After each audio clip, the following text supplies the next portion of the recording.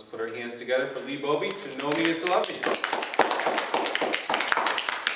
Thank you. Toastmaster. Whenever you're ready, Lee, just say ready so I can start the timer. Huh? Whenever you're ready, just say ready so I can start the timer. Okay, I'm ready. Mr. Toastmaster, members of the Toastmaster Club, I want to tell you something about myself today.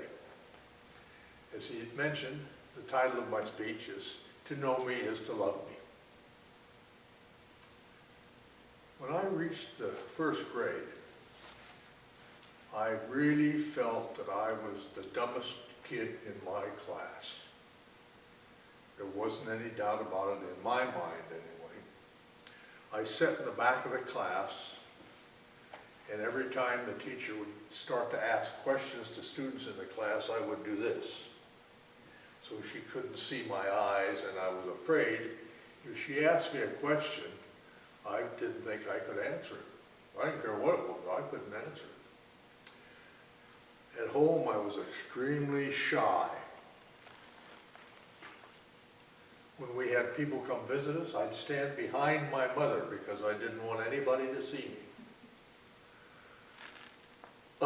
My mother and father argued about whether they should send me to a psychologist or not. My dad won the argument by saying, "My son's not crazy." By the time I reached the 5th grade, my mother had to become president of the PTA to get me from the 5th grade to the 6th grade.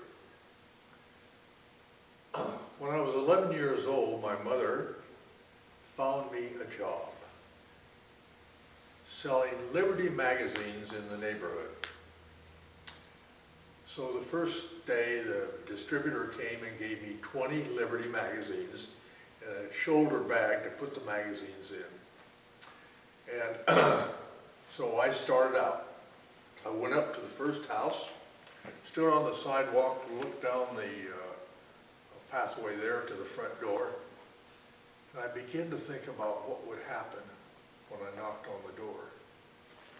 The first thing I thought of, they'd go open up the door and say, "Hey kid, get out of here."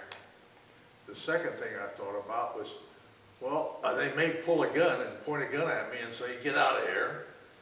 Or the third one was, they may have a baseball bat in their hand and say, "I'm coming after you." After about 10 minutes of thinking of all the things that could happen to me when I walked up to that door, guess what? I moved on to the next house. I stood in front of that house and I had all of these negative things in my mind. And the longer I stood there, the more negative they got. And finally I gave up, moved up to the next house. Well, I spent 2 hours doing that. 2 hours. No sales. Went home. My mother didn't say anything to me. I didn't say anything to her. Guess what? The next week, here comes the new issue of Liberty magazine. 20 more of them. Put them in my bag, go out, stand in front of the door. Now let me see, what am I going to do now? Yeah, I know what they're going to do. I had all these negative thoughts coming back again. Oh my God, I move up. Same thing. 2 weeks in a row, 2 hours, no magazines sold. Well, when I got back that night, my mother wasn't real pleased with me because we had a stack of magazines in my bedroom. So the next week, when the next issue came out, I put them in my bag and I started up the street, got to the first house again, stood there, and I said, well, I'm going to have to do something here because if I don't do something today, my mother will kill me. So it's a matter of will they kill me or will my mother kill me? So I picked up the magazine, held it in front of my face and walked up to the front door, knocked on the door, and to my surprise, it opened very quickly. And here's this housewife standing there saying, "Yes," and I said, she said, "Do you want me to buy a Liberty magazine?" I said, "Yeah." How much do they cost?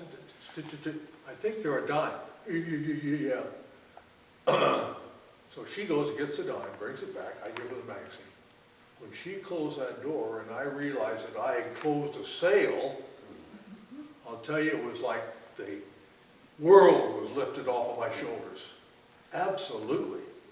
I remember that feeling, and that was many years ago. I remember that feeling to this day. So I was so happy, when I left her house, I didn't go out to the street. I jumped the hedge, 3 foot high hedge, and I went right over the top of it and up to the next one and rang the doorbell. Guess what? Same thing, she bought one. And I went up to the next house. Guess what? She bought one.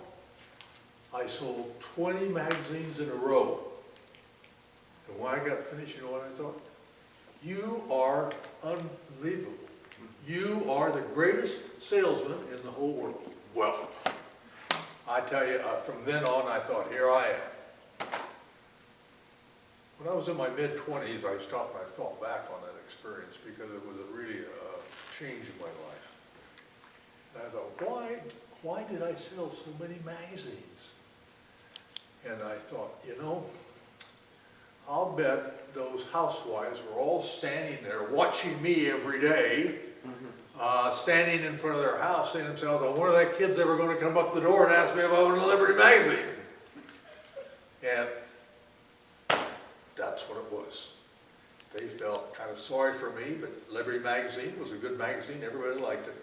And so they bought magazines. And I want to thank you for listening to me, Mr. Toastmaster. Excellent, excellent.